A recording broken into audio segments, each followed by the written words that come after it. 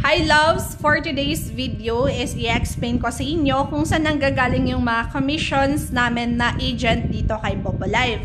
Kasi meron yung mga members ko na ina-expect nila lahat ng galawan nila dito sa Popo account nila is kumikita ako sa kanila. So hindi ganun kung paano mag-work yon. So merong specific lang na ginagawa yung member na dun nag-earn ng commissions yung mga agents. No, para meron kayong idea, kailangan malaman nyo yung mga to. So, kung ano yung saan nanggagaling mga earnings ng agents para yung expectation versus reality. Okay, so ngayon punta tayo sa aking agent account. So, makikita nyo dito meron akong host and invite agent. So, dalawa yan. So, ito yung host ko, ito yung sub-agent ko. Sa dalawang to is nag-earn ako ng commissions sa mga under na to. Dito, under sa host ko and under sa sub-agent ko. Pero magkaiba yung commissions sa agent at saka sa member. Is tuturo ko yan mamaya kung paano yung nag-work. No? So, basta lahat ng 12,840 na to, nag-earn ako sa kanila ng commission kapag nag-trade sila. So, once nagta-trade yung member ko, nakikipag-trade sila or nagre-receive sila ng gifts, meron akong na-earn na commissions doon. Sa trade lang guys at sa mga gifts na nare-receive lang nila.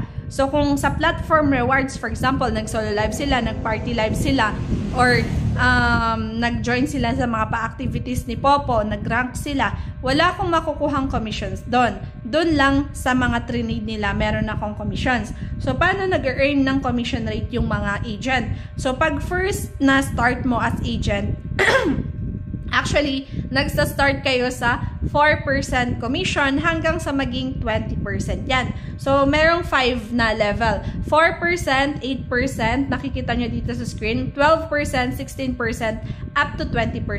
Dahil ako, na-reach ko yung 150 million na points na earnings in 30 days, 20% na yung commissions ko. So, ganito siya paano mag-work.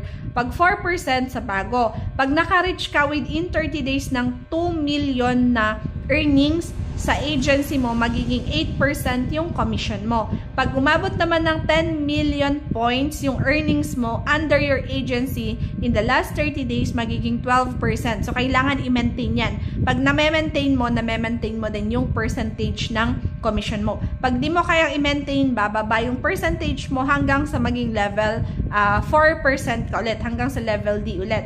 So, sa akin, every month na maintain ko yung 20%. So, nag-over pa nga sa 150 million yung earnings ko per month. So, yan.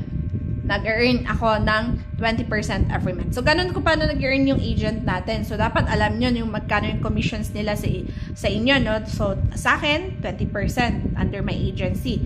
So, tingnan natin dito sa aking points. Lahat ng nakikita nyo na points, galing yun sa commissions ko kasi hindi ako player. So, walang iba kung di sa commissions lang ako nag-earn. Tsaka sa invites, of course, sa invites and commissions. So, yan, ito yung mga points na nakikita nyo sa screen is, yan yung mga commissions ko sa mga nagtutrade na members ko. So, kahit marami akong members, 12,000 plus na members, hindi lahat yon is active. Ang active ko lang mga loves ay 700, no? Sa 700 na yon nag-earn ako per day. Everyday pa naman yung withdrawal ko. So, hindi everyday, ayan. Ito, nakikita nyo, for the last 7 days, ang active ko is 710 people. Yung agent naman, invite agent with income, 139. So, mga 800 plus yung active ko per day. So, yun. Ganon siya, guys. So, hindi everyday is maraming nagtitrade. Hindi everyday is malaki yung tinatrade nila. So, nakadepende pa rin yung payout natin. Basta ako, pag okay, nakakota na ako, withdraw ako everyday. So, lahat ng to, syempre guys, na commissions ko, pinaghirapan ko siya. Kasi yung iba sinasabi, sinisingil pa nga yung mga agent, no? Kasi sabi nila, bla bla bla, kumikita ka ng malaki sa bla bla bla bla, ganito, ganyan. Pinaghirapan namin yun na agent. Hindi naman madali na mag-invite. Hindi madali mag-guide, diba? Tapos, hindi rin madali gumawa ng mga avatars. Ayan. So, lahat, tutorials. Sa akin, ang advantage ko, dahil meron akong YouTube channel, provided ang tutorials ko. So, paano na yung mga agent na mano-mano lang silang nag-i-explain? Mahirap kaya yon. Kaya, lahat ng nag-i-agent dyan, so, deserve nyo naman yung mga payouts nyo dito sa Popo Live. Deserve nyo yan kasi nag-invite kayo, nag-guide kayo, gumawa kayo ng avatar, GC, siguro may mga pa-free gifts din naman kayo. Lahat naman pinrovide nyo. So, natuto yung member na yun. So, natuto siya kumita kay Popo. So, after some time, siguro, no? Siguro, pag naano siya, nainis siya sa agent, sabi niya, kumikita ka lang naman sa akin. Pero at least, natuto ka naman sa Popo Live. Natuto kang kumita sa Popo. So, diba? Ganon siya. So, ganon yung privilege kapag nag-agent kami. Ganon talaga yung ginawa ni Popo na commissions namin. So, wag nyo kaming sisihin kung ganon kalaki yung kinikita namin. So, sa Popo na lang kayo magreklamo kung bakit ganyan yung binibigay niya sa amin. So, ganon, syempre, si Popo, kailangan niya din ng new users niya sa application niya. So, syempre, nangangailangan siya ng mga agents. So, bibigyan niya din ng mga privilege or advantage or benefits yung mga agents niya.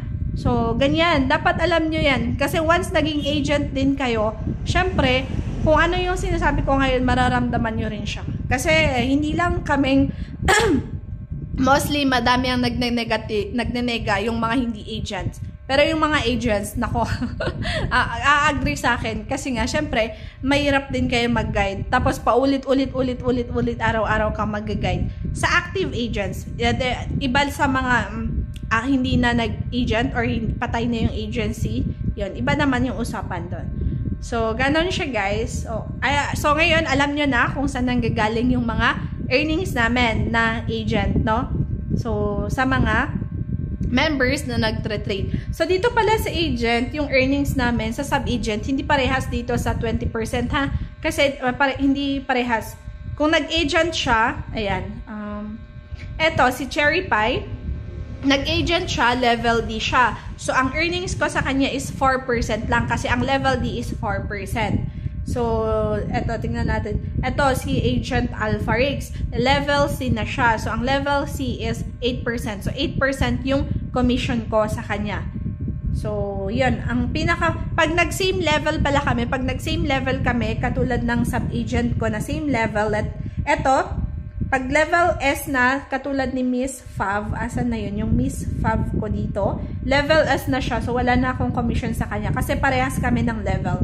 Ayan, ito siya, si Miss Fav. Basta parehas ko ng level sa agency, sa commission, wala na akong earnings sa kanya. So, level A, ito si Agent Lady Cleed, so 16% yung earnings ko sa kanya. So, yan, that's how it works. So, pag sub-agent, hindi pare-parehas yung earnings ko, ha? So, para alam niyo yung expectations.